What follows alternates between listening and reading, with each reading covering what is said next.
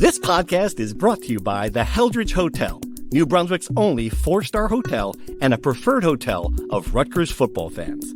The Heldridge helps you make the most of your game day weekend, providing premium accommodations in the cultural heart of downtown New Brunswick.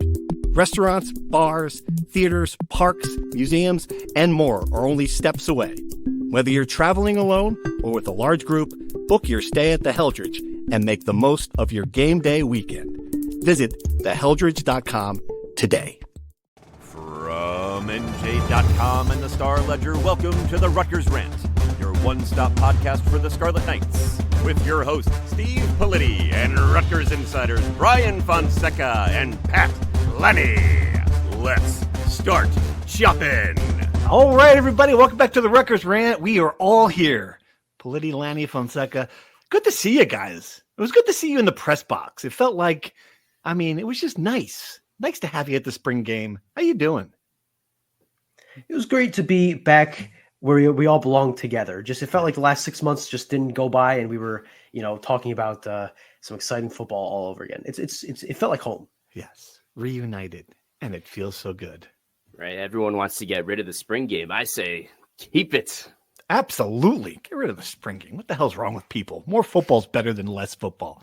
All right, let's talk about that. We've got a lot of cover in the show. We're gonna get the basketball, the portal news, everything that's happening in that program. I think we should start with football because we got something to watch, which was good. And I don't know if I learned a lot about what this team's going to look like in the fall, but I feel like you did learn a lot about what this program's going to look like in the coming years.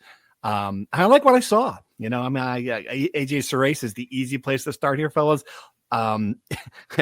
As much as I want to create a quarterback controversy, I'm dying to create a quarterback controversy. There's no quarterback controversy, right? It's Ethan Kellick manages his job. I get it.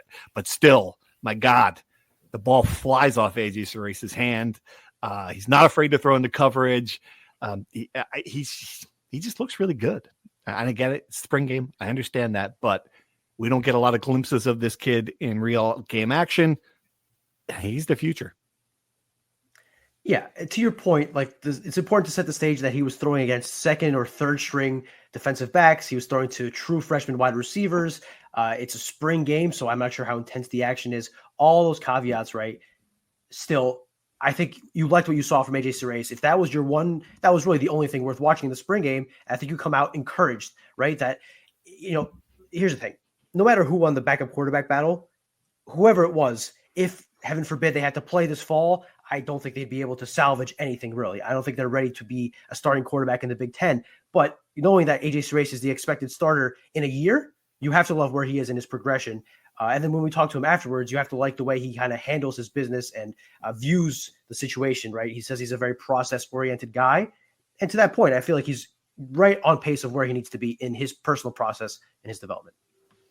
Yeah, that's the whole thing for me. It's like Rutgers had this plan for AJ Sice from the beginning and has stuck to it and executed it all along.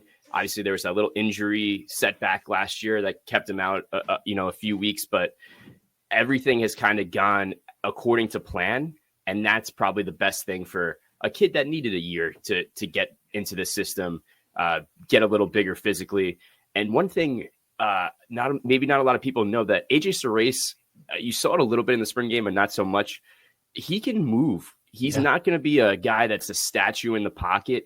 He has some mobility, and I think he's a lot like Ethan Kaliakmanis in that sense, that he can create opportunities with his leg, but he's not going to be a Gavin Wimsatt type runner. But he has some ability to create and extend plays, which is important. Right. Yeah. He did that in the game, throwing to a lot of, again, we've anointed wide receivers based on spring games who never materialize. But I think in this case, we are really looking at guys who are not part of the plan for this year, so we can judge them as such.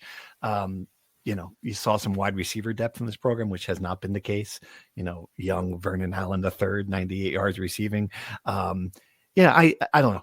If you were feeling comfortable about the system that Rutgers is running, and that's the important part too, talking to Ethan about that. This is his third year in it. He didn't play a lot in the spring game, but there's a comfort level that he's got. I think the offense in general is in a good place. That's my takeaway from spring. I get it. They're not playing Penn State's defense. They're not playing Ohio State's defense. I understand all that, but overall right now looks pretty good. With the wide receivers, the thing that's interesting to me is that the last 2 years they've had a true freshman play not significant, but a decent amount of snaps. A couple of years ago was Ian Strong. Last year was KJ Duff. It feels like they probably have someone in that group who can do it. Vernon Allen certainly looked the part yesterday or Saturday. Jordan Houston had a couple of nice catches, and I think they like where he is at. So I wouldn't be surprised if any of those guys play, a decent amount of snaps. I think the ideal would be they don't play, right? And you have a lot of top end talent between DT Sheffield, who I don't think played. They held out a lot of veteran guys. Ian Strong didn't play. Obviously, he was been held out in the spring with after getting surgery. I don't think KJ Duff played, but he played a little bit. He was out there, wasn't he? I think Duff, maybe Ben Black was definitely out there. KJ Duff was on punt return, which was or kick return. That's right. Special teams. Mm-hmm. Right. One, as you anointed him, the Christian Dremel fair catch, the fair catch coordinator. Should make that an award, a postseason award. Yes, but to the point, like if those guys are able to chew up a significant amount of the snaps, that means they're playing at a high level, and you can kind of have these freshman guys developing in the wings. The spring game, again, it's worth what it's worth, but you could feel good about maybe not how these guys can contribute this year, but in a year, maybe 2 years. And you feel good about where the offense is. The only real question is the offensive line, and you're never going to get any significant answers from the spring game. Right. I don't want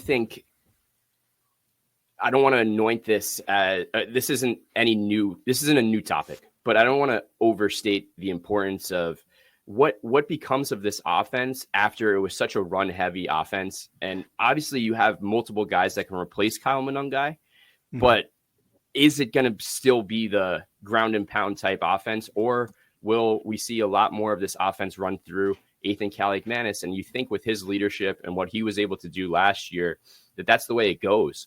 Obviously you didn't see that in the spring game because he played one series, but I'm really intrigued to see if the offense is different, how it evolves, and how much of a pass first offense this becomes with your most experienced leader on the team being your quarterback, probably the guy that it runs through. So that's probably the biggest thing for me. Right. And they haven't had this situation in a long time where you've got a quarterback that they are extremely comfortable with. I mean, the best way to put it, he looks like, I don't know if he was in the weight room a little bit. He looks like a dude now. Talking to him, he seems confident, comfortable as the leader of the team. I don't know if he certainly didn't say he's got something to prove, but he recognizes this is his last year of college football. This is his last go around. Again, we can't overstate the third year in a system. And he mentioned that, right? He bounced around a lot, like a lot of quarterbacks do, with different systems, different, coaches. And now he's comfortable with Kirk Shiraka. I would be surprised if he is not early on really dialed in. And I think that, you're looking at the team for the first time in forever. It's going to be dictated by how the offense does. Like, this is the side of the field that is the stronger unit. Yeah. This is probably the best quarterback situation since Gary Nova, right? You had Chris Laviano a couple of years, but he was never really the guy for certain. There was no doubt Ethan was the guy now. It's interesting to see, to Pat's point, like CJ Campbell is a more dynamic offensive player than Kyle Monungai, at least as far as catching the ball. They have a tight end, Colin Weber, who can maybe finally be the guy who can kind of catch the ball out of the backfield, as well as Kenny Fletcher, obviously, who missed a lot of the season with injury. And now you don't have a Kyle Monungai who could be that workhorse. Whether Antoine Raymond could be that guy, whether Kirk Shiraka wants him to be that guy, I agree that I think the floor for the offense is pretty solidly set, and then they have a lot of options to work with. Yeah. And then defensively, they could be good, right? I think we kind of established that at Greg Schiano defense, the floor for that is at a decent level, but a lot of new pieces, maybe some new structure with Rob Smith coming in. I think this is the opposite of last year, right? Where we said the defense set the floor and the offense set the ceiling. I think now the offense sets the floor, and how good the defense is will determine how good Rutgers can be. Pat, what did you see from the defense when you were watching that? When you were watching that unit, because it's funny, I wasn't. I was looking at the roster a lot. Yeah, that's a sign that I did. Yeah. Like constantly, who's that? Like who's 91? I was kind of in the same boat. Yeah, right. I was kind of in the same boat. But what I did see, a player that has really just been flown under the radar for years, but I've always appreciated him, and especially I've covered him in high school. Al-Shadi Salam, I thought had a really good start to this game. He had a couple pass breakups. And he'll play an important role in the secondary. He obviously started his career as a running back. He's super fast. He's one of the fastest guys on the team, and he's going to have big shoes to fill. In the secondary, I thought he played really well early on, and some of the defensive backs played well. But what I saw from the defense was the same as last year. Granted, you can't hit the quarterback, but there was no pressure. There were no turnovers. It just seemed more vanilla. Right. It didn't seem dominant, right, for what it was worth. Right. Obviously, the big news coming out on the defense just right before the game. Toure entering the transfer portal. He wasn't going to play in the spring game, obviously. Anyway, it's funny. Like it's a move that wasn't surprising based on he had put something on social media earlier, took it down. I look like they had talked him into staying. He's not staying, and I go back and forth as to how devastating this loss was with his injury. I don't know if you could count on him to be the player that they need him to be. At the same time, he's a dude. He's the one pass rusher when he is healthy that they knew they could count on. I don't know that there's a player on the roster that can replace him. I mean, what did you think when you heard that news, and what has to happen now? To your point, it wasn't surprising after he tweeted out Sunday night that he was out. It did look like they maybe were able to convince him to stay. So I think the thing is this: coming off the first ACL tear, the next year he led them in sacks again, right? And he was this pass rusher, and he was playing more edge rusher than he was linebacker as he was before the injury. Can he do the same thing coming off of a second ACL tear on the same knee? That is an open question. I think Rutgers certainly was hoping he would be back to be able to test that theory, and it hurts them in the linebacker depth department, because now you're relying on a guy, Moses Walker, who played inconsistently last year. He's probably going to be your starter unless you add a linebacker in the portal. I think they're certainly actively looking for one.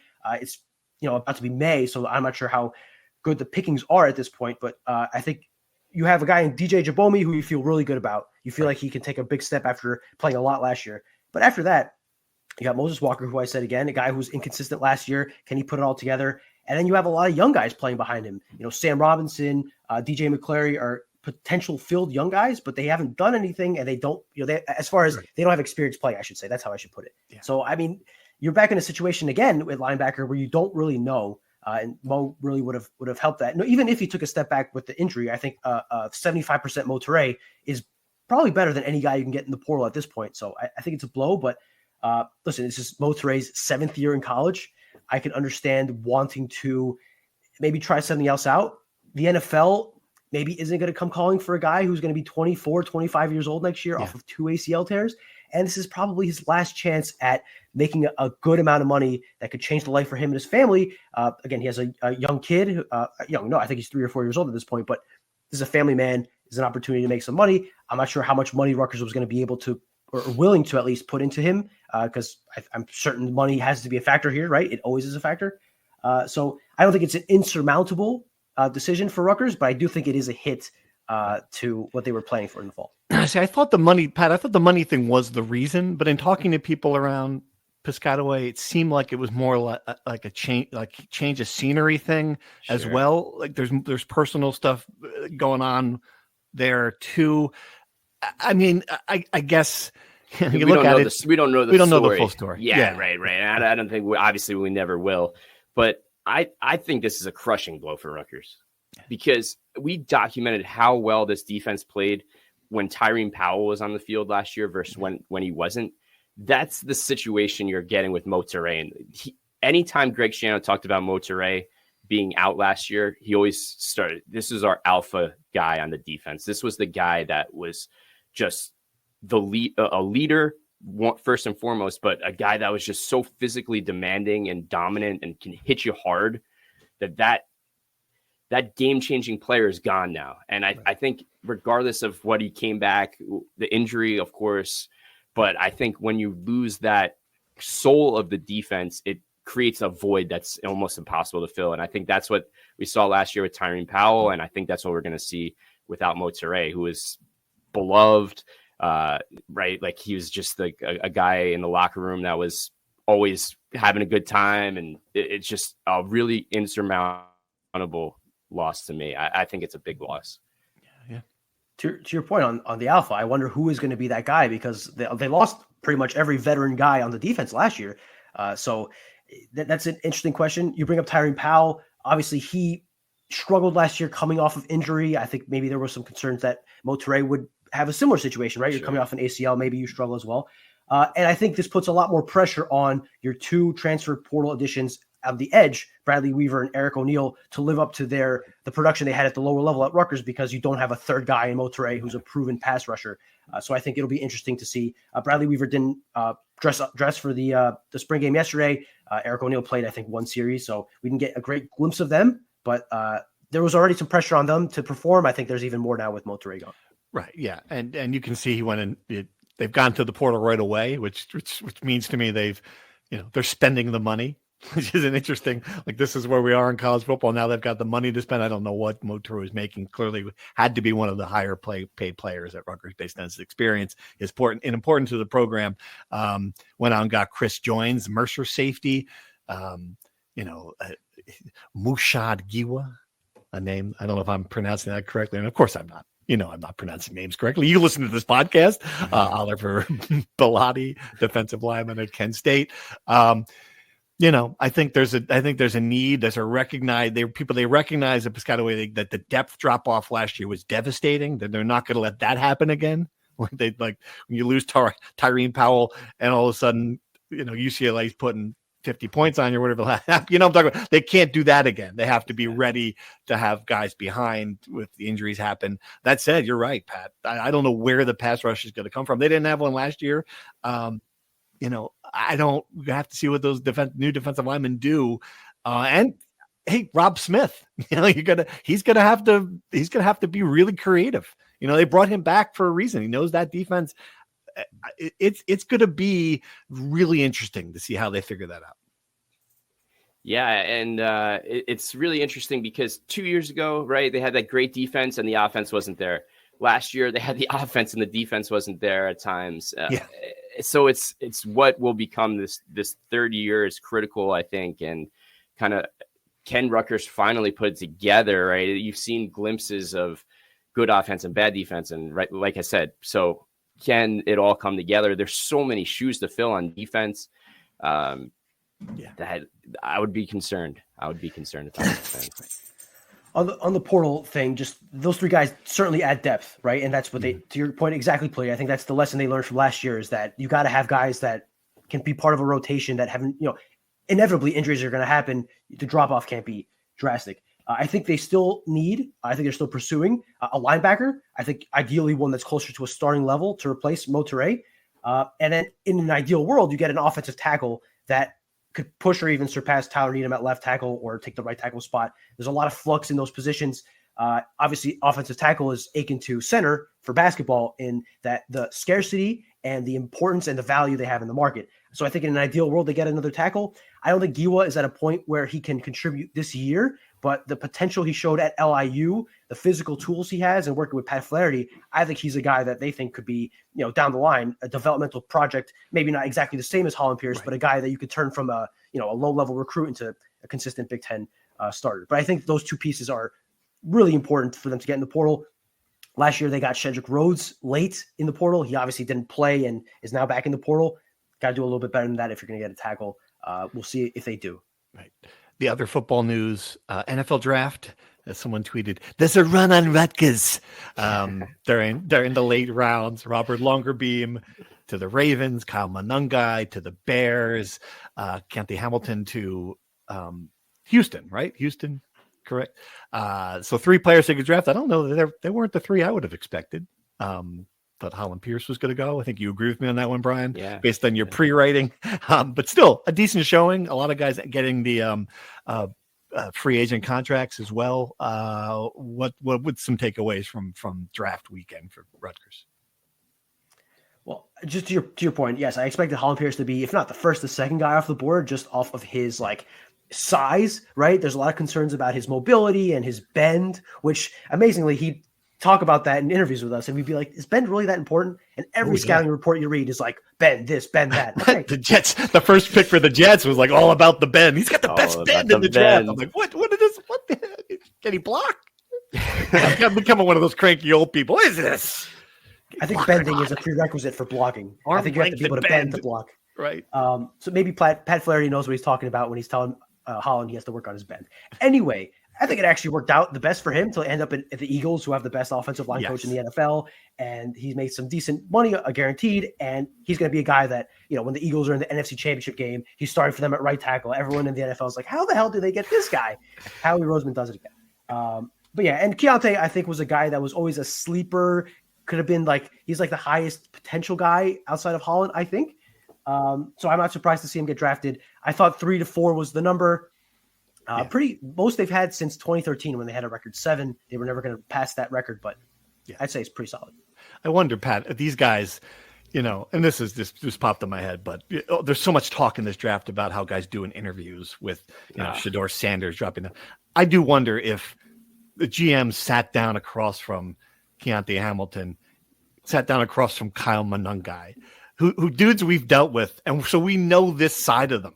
Right. Yeah. We know how they handle questions, how they carry themselves. There is no doubt on my mind that those two players, Longerbeam too, those 3 guys impressed. Amazing spokespeople for right. the program. They impressed.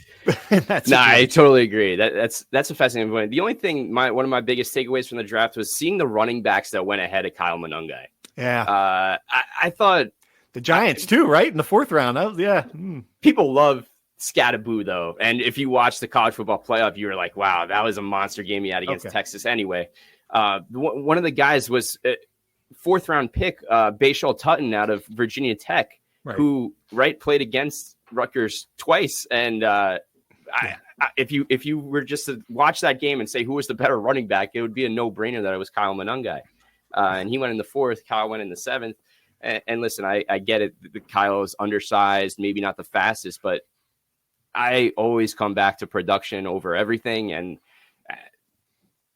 what else can you say about Kyle's production? So one of my biggest takeaways was I thought Kyle slipped a little bit just based on who went ahead of him. And that's maybe his story. That's always been Kyle Monangai's story. So Absolutely. It'll just be another chip on his shoulder.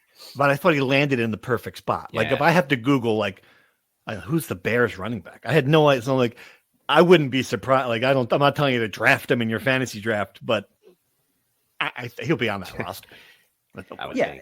It'll be like Isaiah Pacheco, right? I don't think anybody expected him to be the starting running back at the Chiefs. Obviously, Caleb Williams is no Patrick Mahomes, and Ben Johnson is no Andy Reid, but I think he'll have a chance of playing a lot. I think the only thing that hurt Kyle is what gets a lot of these NFL prospects is he's short and he doesn't have that breakaway speed for a running back. And I think that it's hard for these NFL scouts and GMs to overlook that for the production.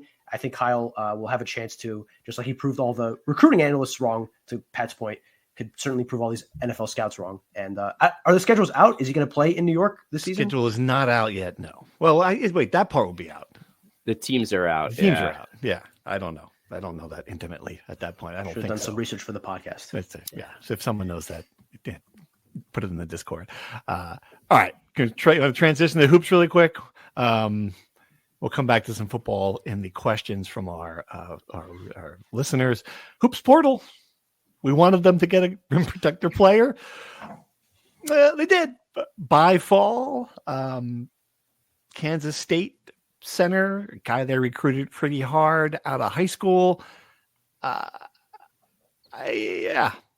don't know what to say about it. I'm kind of at a loss because I'm in this weird spot where I've resolved that I'm not going to do with basketball with what I did last year, which is ignore what my eyes are seeing and what my brain is telling me. Right now, my eyes are seeing a roster that, if everything goes right, would finish 15th in the Big Ten. If everything went right. So when you take a guy off a Kansas State team, I get it, 6'11". Kansas State played 14 players last year. He played in the 14th most games. He played in 4 games. Couldn't get off the bench. Couldn't get off the bench in Arkansas. What's going to change? What's going to change in the Big Ten? I just don't okay. I get it. Potential faux grade, McDonald's All-American, but this is not he's got a college basketball tape now. Barely. All right.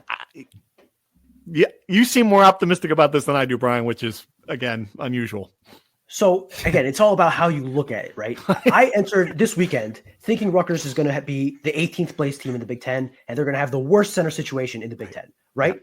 Worst case scenario, and probably more likely scenario, is that by fall's edition, changes none of that, right? They'll still have the worst center situation. They'll still finish worse in the Big Ten.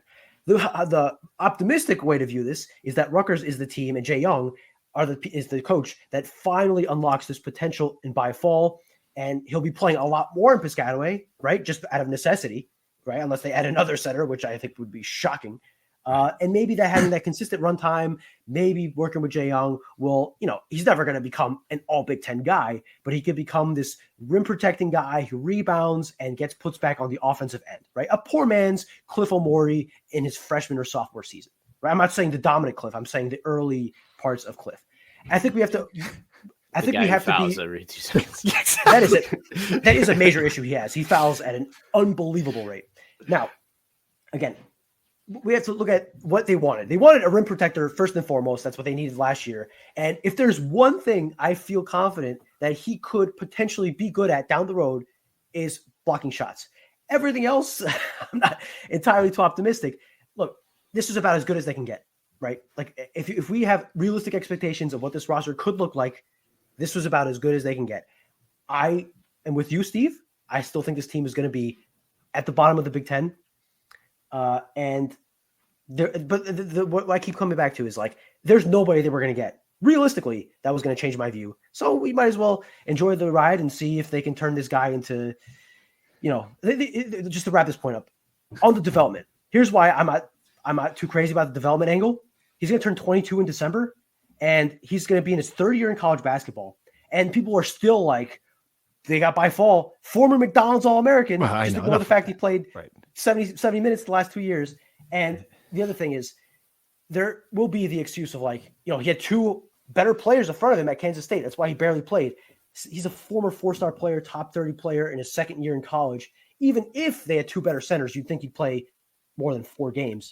And he was healthy. He was never hurt. It wasn't like an injury thing. He just was, he never played. 4 games. Think about it like this. If the 13th player on Rutgers roster transferred, how would Rutgers fans feel about how that would impact the season? Right. Well, that player, his name. Yeah. Right. That's baseball. Right. Yeah. Right. And I don't know. Just is he better than Manik Bolade? I don't think so. Is he better than Bryce Dortch? I don't think so. You think he is? I don't know. I think Bryce. Did you watch Manuel Bolade last year? I was there. I understand that, but you can't watch Bryce Dortch. You can't watch by fault because he didn't play. Didn't play. It's a great point. I will say this. Trying to find anything that gives you like the slightest ray of sunshine here. They do have options, one, and they should be better up front rebounding wise. I mean, if you look overall, I think maybe if that's something, if this is going to be a team finally built again in Steve Peichel's image, they're going to have to do that better. Going to be better on the glass. But I mean, Ace Bailey was your best rebounder. He's gone. Dylan Harper, your third best rebounder. He's gone. I don't know. It's tough. They're going to have a lot of chances to rebound the ball on account of how many shots they're going to miss offensively, and ideally how many shots they force the opponent to miss. Rebounding is a nice stat. It's important. I think more important is being able to put the ball in the basket and prevent other teams from scoring. Right. But Byfall is not going to put the ball in the basket any other way aside from putbacks. But you got to hope he can rebound the ball, protect the rim. And again, they're going to go back to trying to win games 40-42, right? Yeah. This is a step in the right direction. The thing is, we can't be surprised. That's my big thing here. We can't be surprised that this is what they're doing. This is what Steve Peichel told us he was going to do. And this was really the only direction they could go. If it's going to be successful or not. I'm a little surprised. I just thought they would get a player that had some kind of resume at the highest level. I just thought that would be possible. Instead, you've got the third best center on a 15-17 Kansas State team and the leading scorer on a 7-25 NJIT team, which we haven't talked about. And Tariq Francis, like a 5'11", the high volume guard who played for a really bad team on a really low level. Like he's not a Big Ten guard. Like he's not. I don't think so. Okay. So what's next? Are they going to get someone who shoots better than 30% from 3-point range? Like, are they going to find that player in the portal? Is there another move where you can at least go, oh, all right, well, Oh, I can see that now. They still got 4 scholarships left. They have any money left? I think it just goes back to the point that you were trying to make. It's like, can Rutgers find its roots again under Peichel and build a roster that fits his system and fits what he's trying to do? And it just seems like a backwards logic. But that team had good players. Caleb McConnell, Ron Harper Jr., Gio Baker. But they weren't great from like on paper, right? You didn't. When Rutgers signed Ron Harper Jr., you weren't like, oh my God, this guy's going to change the program, or right? They were under recruited guys that overperformed. That's the only hope here, is that these guys come in and overperform. Yeah. Thing is, the opposite of last year. It's the opposite of last year. Right. Those guys had 3 years to develop to become overperformers. Sure. No matter how hard they coach Tariq Francis, he's not going to develop significantly in 6 months or whatever. The Tariq Francis thing is like hard to justify. I really think so. I think the only way to justify it is if he's your off the bench guy, popcorn microwave scorer, right? Like, I don't think he can be your starting guard in any scenario. And it's hard because there's going to be questions. He obviously is very close to Brandon Knight, right? And there's going to be questions of, if he wasn't close to Brandon Knight, would he be on this roster, right? Would he go from a chucker at NJIT to a rotational piece at a Big Ten school? I think the answer, of course not, is no, right? So that adds to it, to the situation. Here's okay. The way I would set expectations for this season is I expect Rutgers to finish 18th in the Big Ten, right? And I think the goal should be making the tournament, the Big Ten tournament. I mean, if they can make the Big Ten tournament as the 14th team, 15th team, I think that is an achievement for what we've seen so far. To your point, if they're saving money or budgeting for hoping to get a star guard, a guy who can, handle the ball, or a guy who can shoot, or a guy that's much better than everyone else on this roster, maybe you can talk your way into a higher floor. But it's about to be May. Most of the good players in the portal have found a spot to go. And I think clearly Steve Peichel's strategy is, with the limited budget they have, to spread it around and get 4 or 5 guys, as opposed to spending most of the budget on one guy and building around that one guy. We can argue the merits of that, but that clearly seems to be the way it's going. But I'm with you in that I don't see any path towards success for the season. I don't think on paper the additions are going to make this team any good. If you want to be optimistic, you really have to stretch your mind and imagine the best case scenario for literally every player on this roster for this team to be a 500 team. All right. Questions. Let's go. Let's do some Discord, Twitter, X, whatever it's called, questions. We've got a comment. This was good. We got a review of the podcast on X. I will quote it here for you because I think it's really accurate. This podcast is embarrassingly void of any insights. It's like a high school version of First Take. Well, I like it. It's good. He compared us to First Take. That's a successful television show. That's what I would put. If we were doing a review, it's like ... First Take.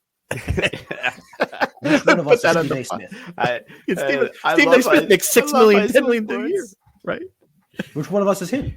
Which one of us is him?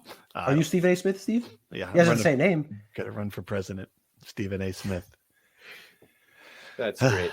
Speaking of president, first question: any updates on the presidential search? Yes, we do have updates. I was involved, spent part of my week last week reporting the rumors that Phil Murphy was at one point or at some moment approached by Rutgers to be president. He will not be president of Rutgers. It seems like they were one of those stories where there was so much buzz we could not help but report on it, but the people closer to it poo-pooed it, and then when we published the story, the people really close to it shat all over it. So I think it's pretty clear that Murphy was approached. He does not want the job, but it looks like they do have 4 candidates. They've narrowed it down to the point where you would think, this is already behind their own timeline here, that at some point in early May, they will have a president in place.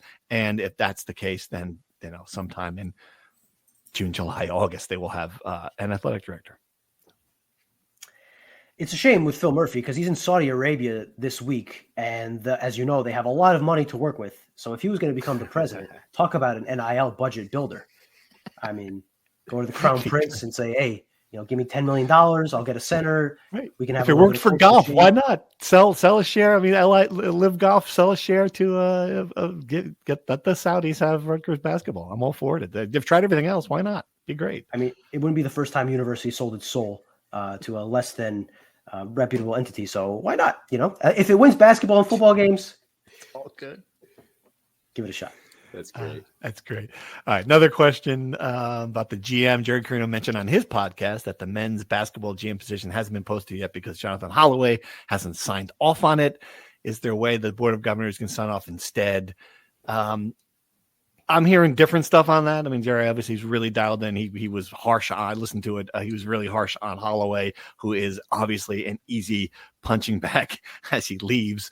My sense is that this was an HR thing because of the salary, and in typical Rutgers fashion, trying to decide exactly how much they should pay the GM and what the job description should say, because it's a little bit unusual for university stuff. I come back to this, and I could be wrong on this. I just don't understand. Like, if Steve Peichel was standing on a chair, his basketball screaming, "I need this now," I think they'd have it now. I just don't understand that. Does he not have the pull to get that done? If Greg Schiano did it, I mean, it would have happened yesterday. If he needed this, the number of positions they've hired, it's strange. I don't know this HR thing, but that just seems like the most ridiculous excuse possible. Right. Come on. It's not going to matter for this year. We can't change the language on some job posting because it's part of federal and state law to write a certain pay grade, right? Come on, that's a joke. But Brian, I think there is legitimate debate inside the athletic department about what the job should be too. Right? I don't know that Steve Peichel wants what a lot of other people think he should have in that job. Yes, I think that's part of the issue, right? Just nailing down exactly what this person is going to do when they get the job. And obviously, when you post a job, you have to write down the description for the job. I think that's part of the issue. Blaming bureaucratic issues at Rutgers is a tale as old as time, right? Obviously, it's always, it's true to some extent, right? Rutgers is allegedly a unique place with a lot of bureaucratic difficulties, and that's why the athletics department has had some struggles over the years. I think certainly that's part of it. I think there's a bigger part of it, to your point, of what is this job going to be? How involved are they going to be in the basketball operations? What is the profile of the person we want to pursue? Are we going to try to get a NBA guy or a basketball oriented guy? Is it more of a lawyer who focuses more on contracts and salary cap? And I think that's part of the thing. The thing is, it's May. That should have been ironed out by now. I mean, conversations have been going on since during the season, right? We're at a point where, listen, here's the thing about job postings. Rutgers women's basketball lost an assistant coach last week. The job is already posted. Okay. I know there's an established posting for a women's basketball assistant coach. They've changed them dozens of times over the years. But if you can post your women's basketball assistant thing within a week, and we're 6 months into the general manager thing, right, even if the general manager wouldn't be doing his job, if you hired him today, right, his job wouldn't matter for another few months. Right. The principle of the thing is how is this taking so long? And to your point on Greg Schiano, right? It's one thing if Peichel doesn't have the same amount of pull, which I'm not sure that's true. Certainly I think Greg Schiano has more power, but I don't know if the gap is so large that Peichel can march into someone's office and say, "What the hell is going on?" I think it's, how much of the desire is there? How much of a priority is this GM thing? That to me is the bigger question. I think clearly, if it was a priority, it would be done. Yeah, I think so. Yeah. And I think this comes back to everyone outside the program was, I have written headlines that say, Steve Peichel must make changes. The person who does not think that Steve Peichel must make changes is Steve Peichel. Right? Clearly, he didn't change his staff, has not really changed his approach to the portal in any noticeable way. I don't know. Maybe there's stuff happening that we're not seeing, but for the most part, it's the same. So I think that's part of it too. He didn't. If he saw this as a priority, man, I just would be very surprised that he couldn't get it done already. So same. Yep. Well, as far as changes, I think again the portal approach The money is always going to be a factor here. I think that's what they would tell you, that what any changes they might do in their portal approach are impacted significantly by having, if not the lowest budget in the Big Ten, one of the lowest budgets in the Big Ten. That being said, I don't think that explains everything, right? I don't think you could just point to money and say, we're helpless. I think there is that it clearly is a factor. But to your point, you say they need to make changes. What they do is revert back to what they did well: defense, rebounding, developmental guys. I'm not sure that's the right approach, but I guess we'll see in the winter. That's where they're going. All right, some more questions. AJ Sice looks great. Do you expect him to have a package this year to get him on the field? I don't know. It's not like a Gavin Wimsatt. Let's put it like, I don't know that he's a guy that would have that kind of thing. My instinct says no. What do you guys think? No. Yeah. I think Mike Teal had this interesting, it wasn't a package, but he told me his freshman year that Greg Schiano specifically said, like, we're going to put you in the final 2 minutes of the third quarter for a series, or there was like a very designed, you're going to play in this situation, be ready for it. And he did. So maybe there's something like that in the non-conference games for Sice. I think that'd be very valuable. Right.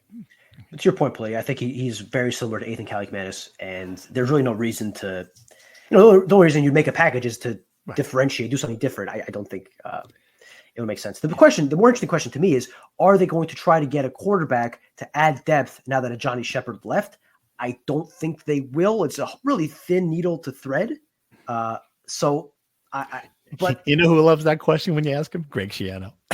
It's the new any injuries coach question. Like, how about you going to add a player at this position? His face just this, like, it just turns like, looks at you like, I'm not going to answer that. We're trying to look to upgrade every position, Brian, as I've said 512 times before. You got to ask the question. Of course. You never know the answer. Maybe the 500th time is the time he cracks and he says, you know what? Yes, we're going to add a quarterback. Are you happy? It wasn't, but maybe the 501st will be. Is he could add an edge rusher? That's the next question. Kevin Fine on the Discord wants to know, does Toure's transfer mean there's a pot of money to hire an edge rusher at linebacker? There's a pot of money. That's clear. We've talked about it after tackle. Edge rusher is the hardest position to get. I don't know. We haven't seen that yet. Certainly they're adding players right now, which leads me to believe that they had an edge rusher and waiting in the wings. They would have added them. Guys shake out now, I guess, a little bit after this. I don't know. What do you think? Are they going to find somebody? I think they'd look for a linebacker to fill in for Toure over an edge rusher. I mean, they got two really good, really productive edge rushers already out of the portal. So I think maybe a linebacker with edge rushing capability, right. But I think first and foremost, a linebacker. Right. You got to remember, I think people get mixed up with this. Like, Mo Toure transitioned to a full-time linebacker in the season before his injury, right? He was playing right in that 4-2, in that very much like he played a little bit of a hybrid edge, but he wasn't necessarily a go get the quarterback he was a full-time linebacker. So I think Rutgers addressed its pass rushing issues with Eric O'Neill and others. So if you're looking for a guy that's going to sack the quarterback 10 times, it's probably unlikely. All right. Of the three Rutgers players who got drafted, who ended up in the best position, and why is it Kyle Munungai? I love that question. That's funny. I'm going to go against the grain. I'm going to go longer bean just because, playing cornerback in the Ravens defensive system is a pretty good spot to be. But yeah, I mean, we talked about it a little bit. Kyle's got an opportunity. So you can't argue with that. I think I have not seen a guy who landed someplace for Rutgers who I'm like, ooh, it doesn't seem like a good idea. I mean, it seemed like they did pretty well, even the free agents. Yeah, I think Kyle's in the best spot as far as playing. I don't know if he's in the best spot as far as winning. The Bears haven't won much of anything for the past 40 years, but I think he's in a great spot if he's going to get on the field. Right.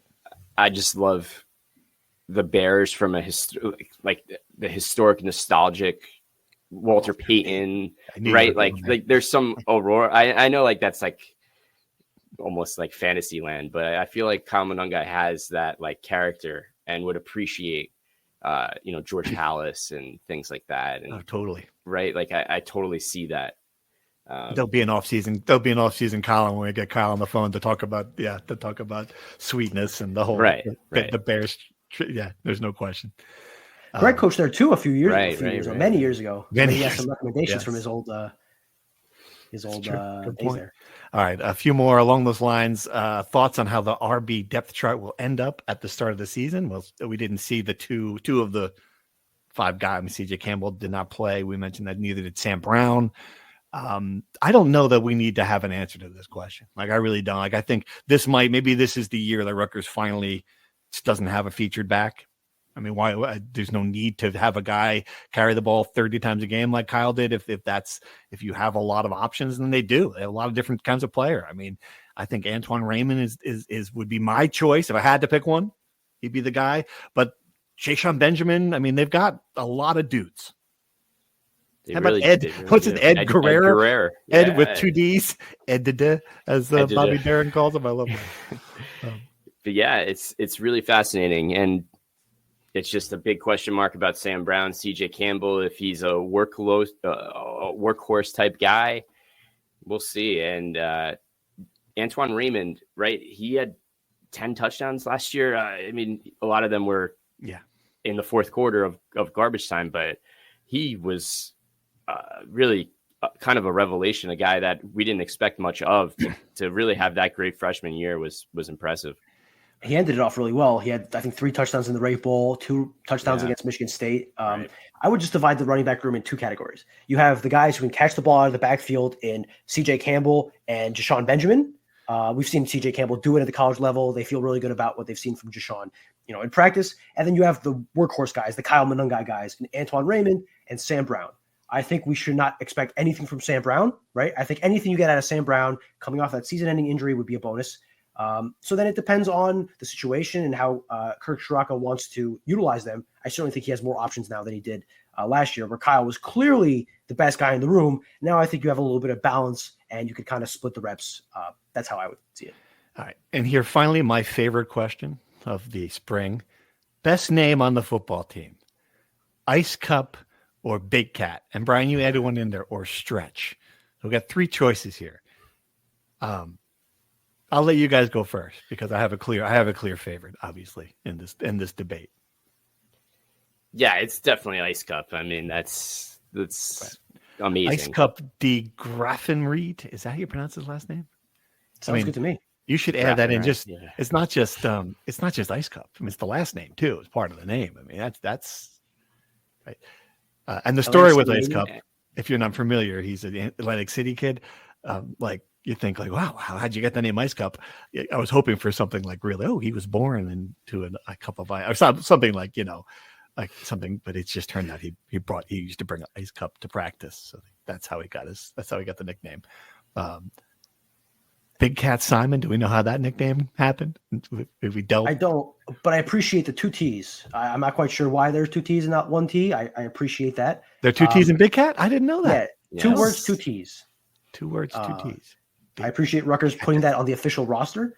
I like Stretch Doralis, and I'm not sure if people call him this. I think it would be an appropriate one. Sam Robinson, right? He's a kid from Florida, hard-hitting linebacker. Mm-hmm. I think they should start calling him Bam Bam Sam Robinson because he's going to be bam bamming guys down the middle of the field. If no one's used that one before, free marketing for Rutgers. Take it, please. Make all the T-shirts you want. All I ask is for a 10% return on all T-shirts sold. I'm older, so I would call him Smokey.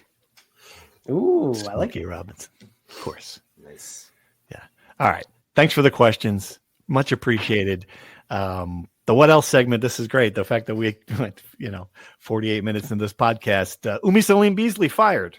That would have been a huge story. It is a huge story. I guess at this point, it was no surprise that she was not going to come back as gymnastics coach. I think it took this long because they were trying to reach a settlement, and based on all of our reporting, did not. And I think we know what that means, that the lawsuit will come in this. This is not the last time we'll hear her name.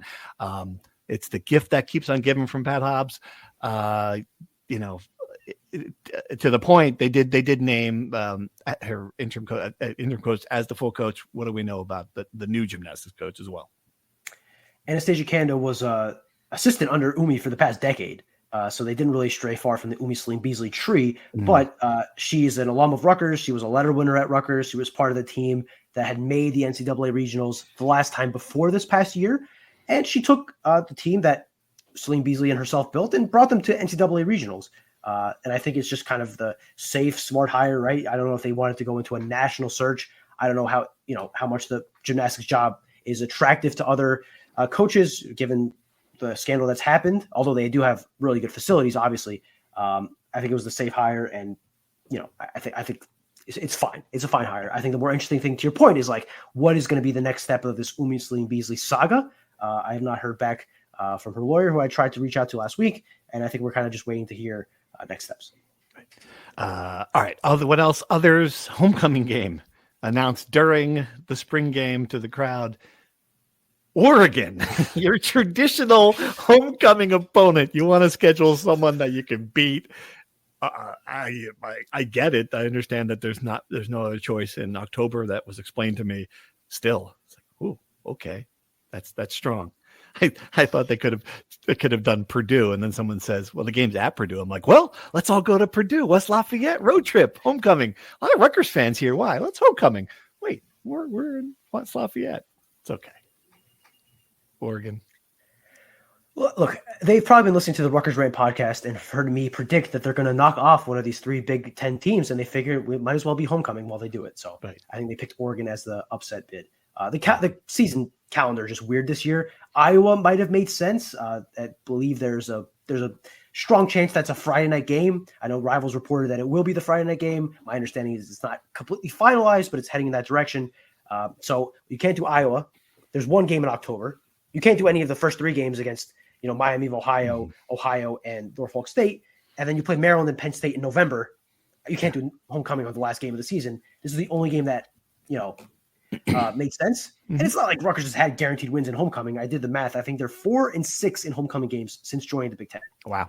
Okay. And before the Big Ten, they lost. I saw a Ryan Dunleavy story from 2014. They had lost homecoming games to Kent State, the infamous Kent State upset, Tulane, and there was another one. So, if you're going to lose on homecoming, you might as well lose to a team you're expected to lose. That's how I'd spin it. Well, it also just sets up for Rutgers to be undefeated going into that game, Oregon to be a top 5 team, and College Game Day to finally make its appearance at Piscataway for homecoming. Wow, you are getting way ahead of yourself. I love it. This podcast is off the rails. All right, wrapping up with big lacrosse win. They stay alive, and people want us to talk about Khloe Timber. I don't know what happened, but we've gotten multiple requests to talk about the pole vaulting sensation from Rutgers. She won the Penn relays for the 3rd time. Is what? That's what happened. Recent, You're the track guy. I should know. Yes. There you go. Penn relays title. Yeah, she's got a chance to author herself as one of the most prominent Rutgers athletes of the 21st century. No doubt. She is, right? Yeah. She already championship. Yeah, I guess she already is. Yeah, national champion, and she was right there at the Olympic trials. I mean, that would have really been a sensational piece of her legacy if she made the Olympic team as a Rutgers student. That would have been really cool. There you go. I think she broke the school record, her own school record this weekend again too. I could be wrong there, but I believe I read that. Right. So interesting. All right. Anything else, fellas, before we sign off? It should be a quiet-ish time now, right? There might be some portal additions for football and basketball. I mean, you'd hope basketball makes at least 2 more additions, right? They can fill 15 scholarships, assuming these roster limits are passed. I don't think they'll get more than 13. And I think that means getting another scoring guard, or a scoring guard, I guess. Right. Maybe a wing. And then for football, linebacker and offensive tackle makes sense. But other than that, I think it's going to be a quiet couple months, and hopefully all 3 of us can enjoy a nice, relaxing May. Never. How about impossible. That? We'll be back. I'm sure we'll be back. Some big crisis will happen, and the 3 of us will be sitting here talking about it, because that's the way the Rutgers Rant rolls. All right. Thanks to everyone for listening. Thanks for your questions, and we'll be back in a few weeks, I hope, to talk about something. Thank you for listening to the Rutgers Rant.